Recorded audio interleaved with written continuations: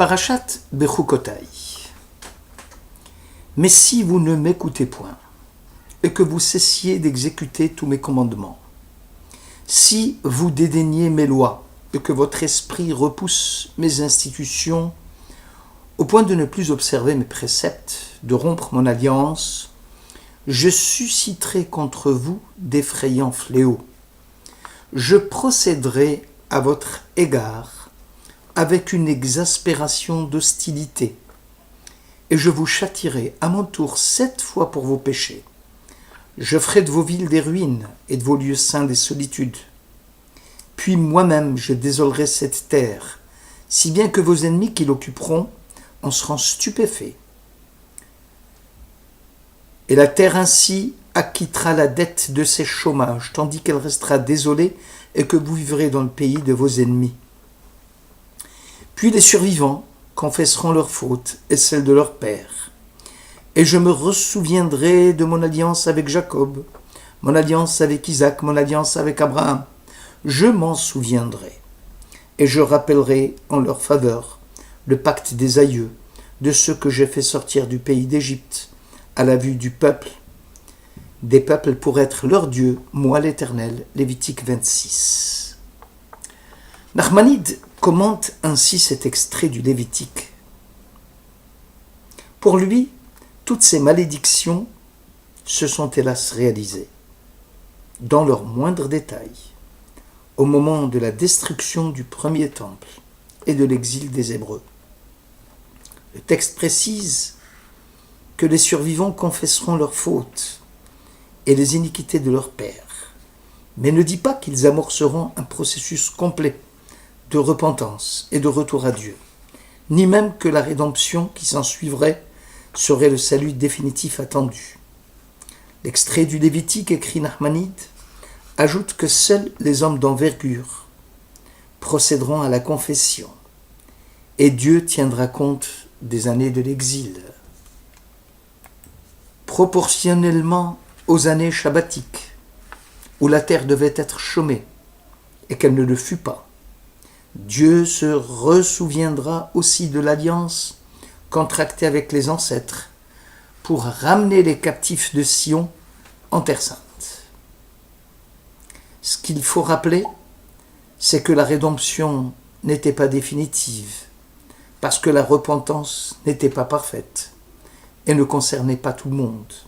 De ce fait, Israël sera encore assujetti aux nations, comme ce sera le cas lors du second temple.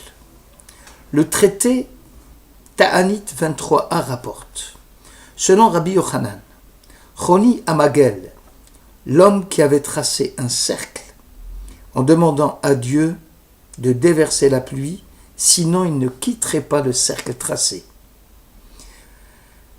Choni souffrait à la lecture de cet extrait du psaume Cantique des degrés. Quand l'Éternel ramènera les captifs de Sion, nous étions comme des gens qui rêvaient. Il disait en lui-même, est-il possible qu'un homme, allusion ici à lui-même, sommeille pendant 70 ans en faisant des songes, et qu'à son réveil, il vit un homme qui plantait un caroubier. Il le questionna. Au bout de combien d'années ce caroubier donnera-t-il des fruits ? L'homme répondit, au bout de 70 ans. Es-tu sûr de vivre aussi longtemps ? Rétorqua Choni. J'ai trouvé les caroubiers en venant au monde, que mes ancêtres avant moi avaient plantés, et j'en ferai de même pour mes enfants. Choni se restaura et plongea dans un nouveau sommeil. Protégé par un roc, il s'assoupit 70 ans. À son réveil, il vit un homme cueillir un caroubier et lui demanda son identité. « Je suis le petit-fils du planteur du premier caroubier. »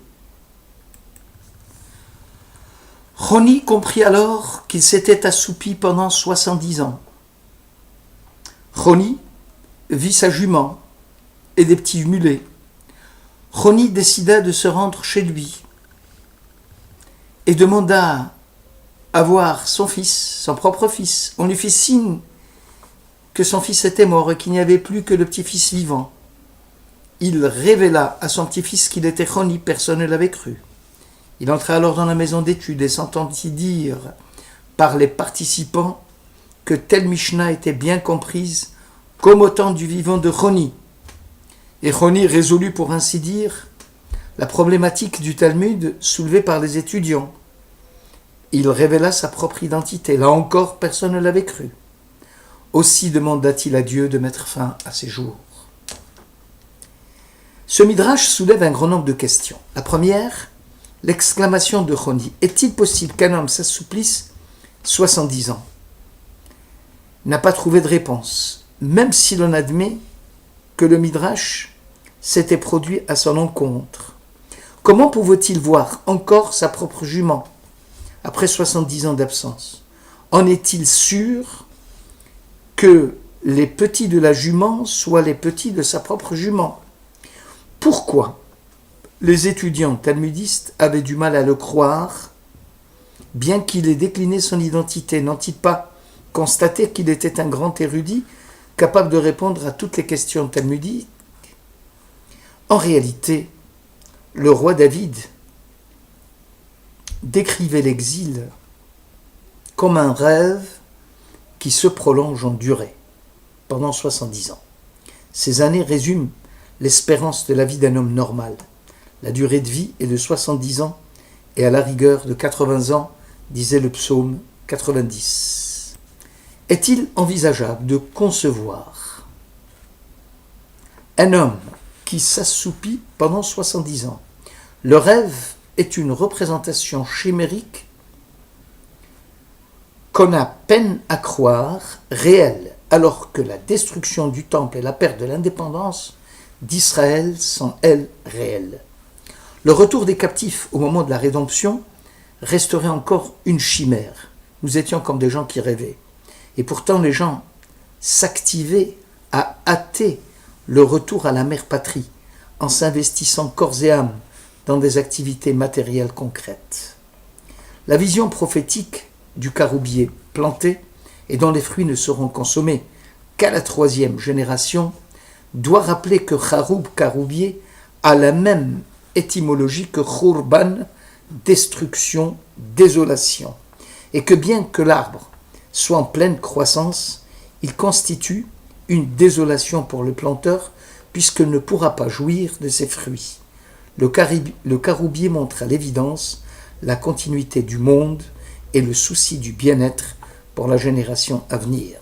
Selon le traité talmudique Ta'anit 4, Dieu s'écria « Le monde se nourrit par les mérites de mon fils Hanina ben Dossa, alors que lui se contente d'un cap de caroub d'un vendredi soir à un autre. Bref, les hommes justes n'ont pas le souci d'eux-mêmes, mais se préoccupent plus du souci de l'autre.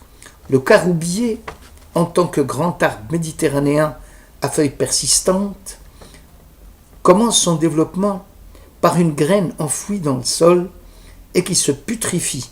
C'est la putrification qui donne naissance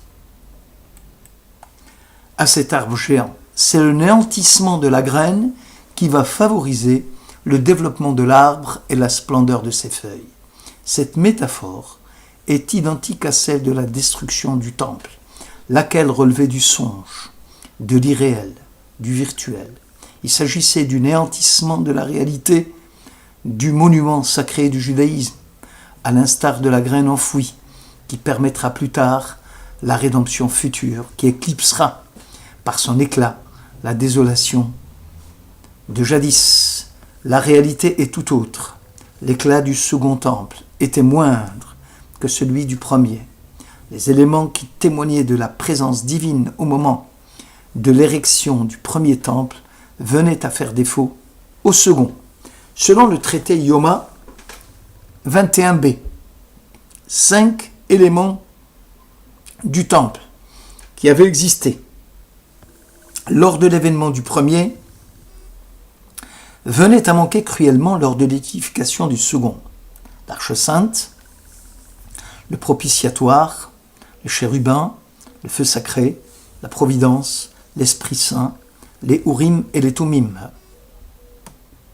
Le rêve, qui constitue le prolongement de la galoute de l'exil, perdure même lors de la rédemption. D'une manière générale, il y avait une absence, une éclipse de la providence qui témoignait de l'irréelle magnificence du second temple.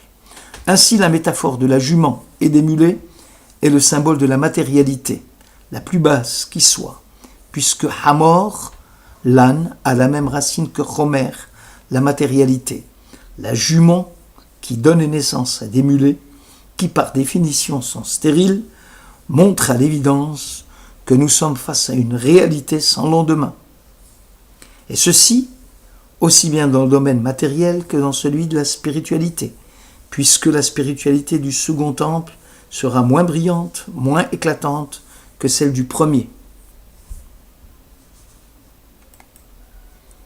Et connaîtra pour ainsi dire une double fracture, la spiritualité d'une part naturelle, de la famille de Jacob, que le patriarche avait transmis génétiquement à ses fils après lui, et d'autre part, la spiritualité individuelle acquise par chacun des fils d'Israël en fonction de son élévation et de son perfectionnement moral et qui permettait à la transcendance enfouie dans chacun de se mettre en valeur.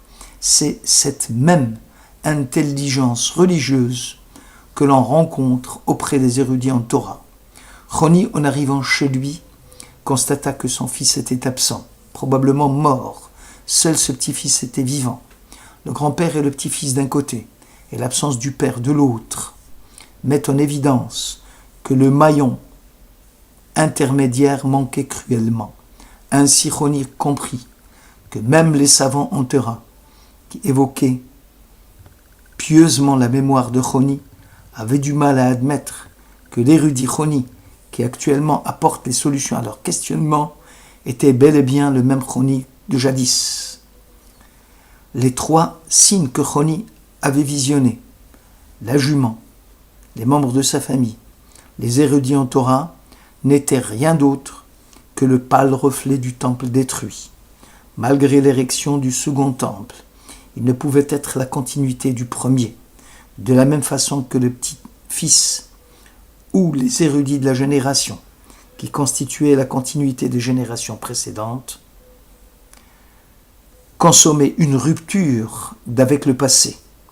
Le Caroubier nous apprend que l'espérance de la vie d'un homme dans la durée de vie est de 70 ans peut apparaître comme un songe évanescent, virtuel. Avoir accès aux fruits de l'arbre suppose une parole de désolation, de disparition du planteur de l'arbre, pour qu'enfin les petits-enfants profitent de l'arbre et de ses fruits, pour que la bénédiction de la paracha s'accomplisse, que l'on mange du pain à satiété, que l'on demeure en sécurité dans notre pays et que la paix règne, et que nos ennemis succombent sous le glaive, et qu'enfin Dieu se complaise au milieu de nous, et ce sera notre divinité, une condition nécessaire, que le peuple répare son iniquité, qu'il cesse de dédaigner les statuts de Dieu. Alors, dit la Bible, Dieu se rappellera en leur faveur du pacte tracé avec leurs aïeux, pour qu'enfin le peuple puisse marcher la tête haute, ce qui exprime l'indissoluble lien qui l'unit à Dieu. Dieu a associé son nom à celui de ce peuple en lui apportant en propre pour bien marquer aux yeux de tous la signification de l'existence altérée de cette nation mise à part, à tel point que le destin de Dieu s'identifie parfois au destin d'Israël. Merci de votre écoute.